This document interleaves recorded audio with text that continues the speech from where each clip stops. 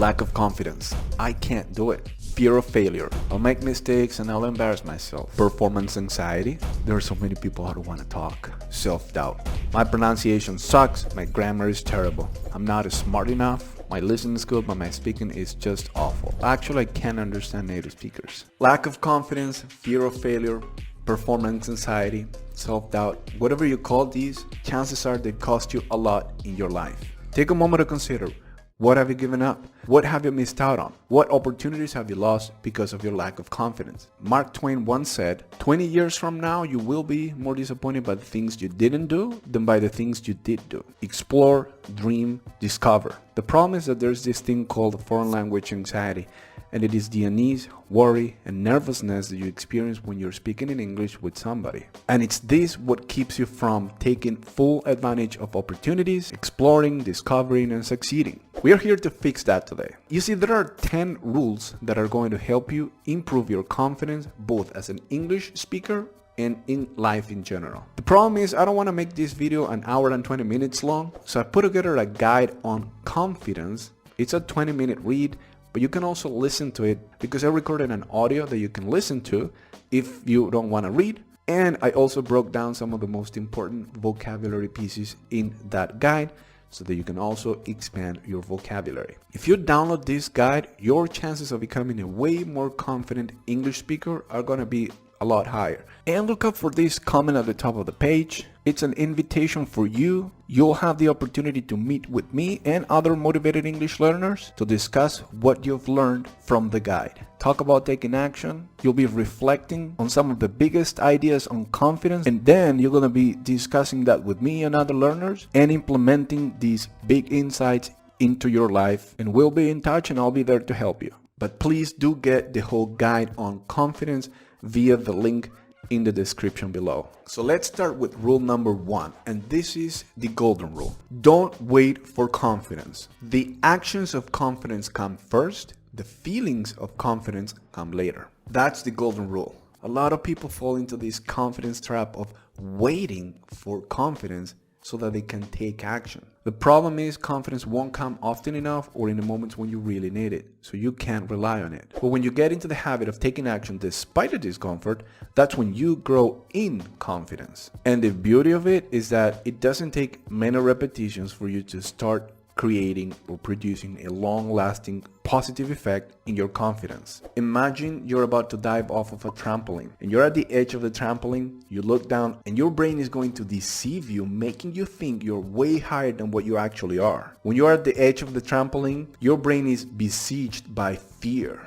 You're in this paralyzed state. All you can do in that moment is close your eyes, jump off, and hope for the best. And off you go. Guess what? Nothing is going to happen to you. You just took an action of confidence. Now the second time when you try again, it's not going to be nearly as scary as it was the first time. Actions of confidence come first. The feelings of confidence come later. Let me now tell you a quick story that relates to this point. Early in my learning journey, I used to take English classes. And because I didn't have a lot of opportunity to put my English into practice, I saw participating in class as a valuable opportunity to practice speaking. So whenever the teacher asked the question, I wanted to participate if I had the answer, of course. So I made it a point to start participating more in class so that I could engage more with the class. I wanted to do this because in the past I didn't participate in class and that made me disengage with the lesson and lose interest. So I wanted to change that. In the beginning, it was hard, and you would know if you're a shy person or an introvert. It is not a pleasant feeling to speak in front of many people, 10, 15, 20 classmates, plus the teacher who's an authoritative figure, and that doesn't help, does it? So again, every time the teacher asked the question, I will be there, chomping at the bit, ready to respond. And even though it was uncomfortable in the beginning, with time, as I was expecting it to be, it became easier and easier. And that made me grow in confidence. And the great thing with confidence is that confidence has this knock-on effect, this domino effect, and it's going to spread to other areas of your life. I was participating more and everything felt like it became a little bit easier. Anyways, that's my story, and now I want you to tell me your story. Why don't you write down in the comments below your story of, I don't know, like a situation where you felt, a bit nervous, you had your inhibitions, but you did something anyway. It took a little bit of courage, but you did it. And because you did it, then you grew in confidence. Share that story with everyone down in the comments. Hey, and I also wanted to ask, if you're enjoying this video, give this video a big, nice thumbs up. It just helps this video get in front of more people's eyes, and it helps the channel do a little bit better. So thumbs up. Rule number 2 is frustrate your negative thoughts. You see, we all have negative thoughts, and it's just a natural thing that comes with being a human being. It's a survival mechanism. That's why we fear heights and the darkness, and we are wary of strangers. Take a moment to think about your fear of heights for a moment. Imagine you're on a balcony in a really tall building. You know you're not gonna fall. You have this thing in front of you, this railing that's keeping you safe. However, you still have this intense fear of that you're gonna fall over. And that's because we humans have this bias for negative thoughts. Even though your logical self knows nothing is gonna happen, your emotional self is just much louder, and it takes precedent, and it tends to dominate. It's a survival mechanism. It's what's allowed humans to evolve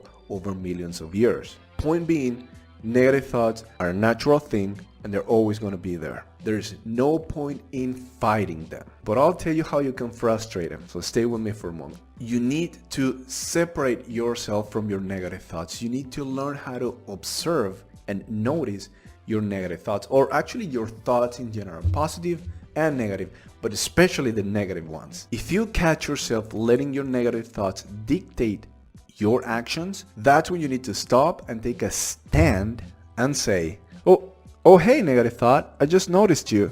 I appreciate your suggestion, but I'm gonna do just the opposite, okay? Is that okay with you? That's how you treat your negative thought. You don't fight them, you just notice it and try not to get bossed around by them, or you don't let it dictate your actions. You see, don't wrestle your negative thoughts. Instead, be a bullfighter. Dodge your negative thoughts, just like a matador dodges a bull. So imagine you're in a room with other English speakers. Now, turns out they are more advanced or more experienced English speakers than you are. Maybe you are an intermediate English speakers and these people are advanced English speakers, and maybe there are some native English speakers there as well. Your negative thought is going to tell you, hey, these people are really good at English. You are not. So why don't you just don't talk, stay quiet, because if you do, you're going to screw up, you're going to embarrass yourself.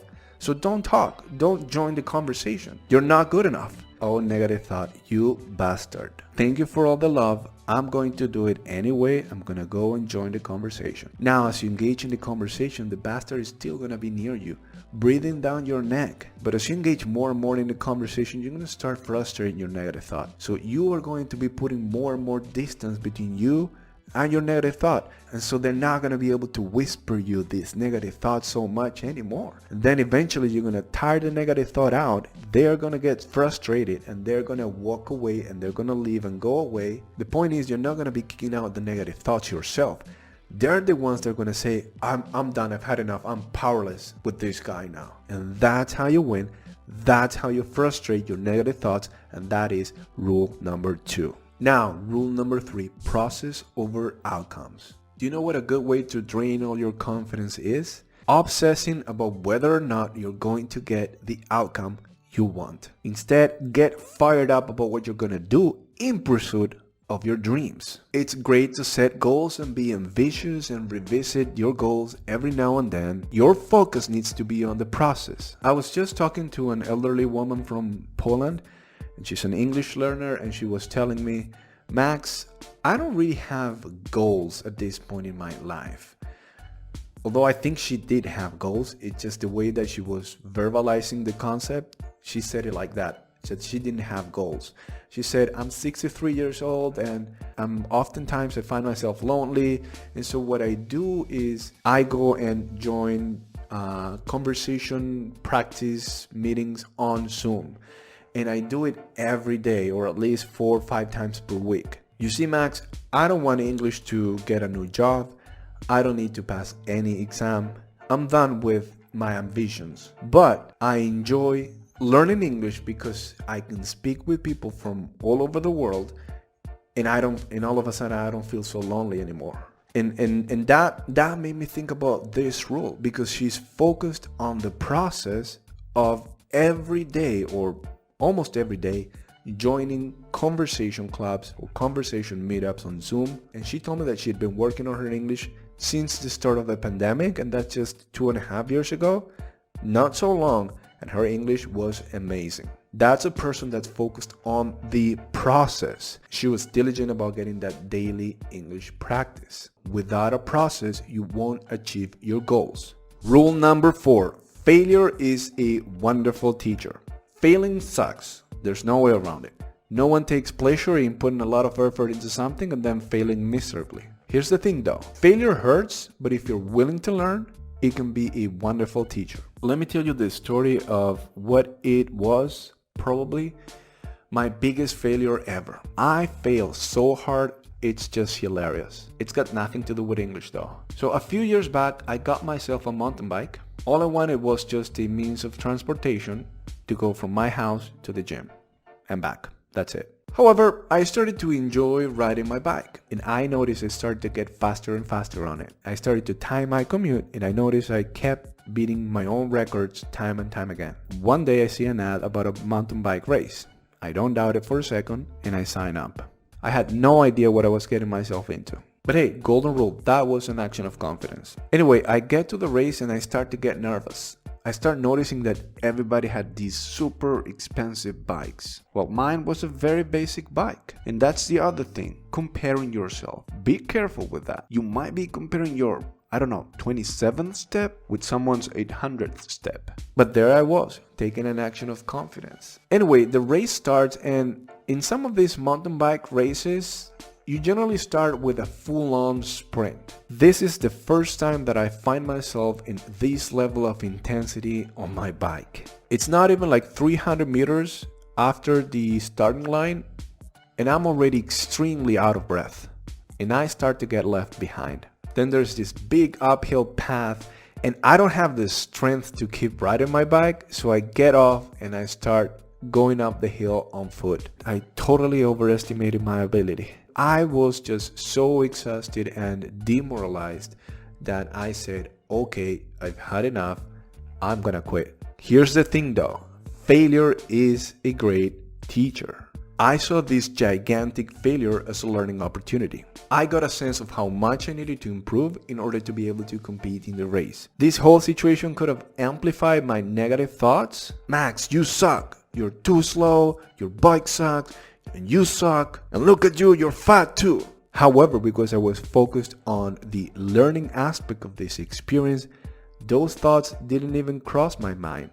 And from that moment on, I did a few things that relate to the next rule. Rule number 5 is total engagement is key. If you want to perform at your peak, then engage. Put all your energy into what you're doing. Being engaged allows you to make progress and to feel that you're making progress, and this gives you confidence. After that mountain bike race in which I failed miserably, I got motivated to do better. I stopped going to the gym so that I could focus exclusively on becoming a faster rider. I started cycling every day and I became decently good. After just a few months, I was already faster than some of the riders that participated in that same mountain bike race. And I took part in more amateur races. I never really got a first place, but I got a 5th place and I got a 2nd place. And what's best, I never again quit in a race. I always had enough energy to finish the race. That's, my friends, is success. And this mountain bike race story, I can easily see it in the context of learning English. Say that you've been learning English, then you go to an English-speaking country, you get this surprise that you didn't know as much English as you thought you did, and all of a sudden you're immersed in this place where English is just so much and it's happening all around you and you get overwhelmed. Maybe it's a humbling experience, but then you go back and you work hard, and that's how you get better. Now, these are the 5 rules I wanted to share with you in this video. Now, follow these 5 rules and you'll be unstoppable with your English. From now on, I want you to take messy action. One thing is for sure, you'll fail a couple of times. Learn, focus on the process, and engage. Frustrate those miserable negative thoughts and succeed and win. You know, it just brings me back to what I try to do in this channel, which is I help you develop the tools and mindset to become a fluent, confident English speaker so that you can win in your career and life. Experience the world fully and leave your mark in it. If you like this video, you're just gonna love the heroic English guide on confidence I put together. I strongly recommend you check it out. The link is in the description. Remember, don't wait for confidence. The actions of confidence come first. The feelings of confidence come later. Frustrate your negative thoughts. Focus on the process rather than on the outcomes. Focus on what you're gonna do now in pursuit of those big dreams of yours. Don't fear failure. In fact, let failure teach you, and know that the key to performing at your peak is engagement, total engagement. That is it for this video. I hope that you find it useful and it's encouraged you to take action, and I'll see you in the next video. Bye.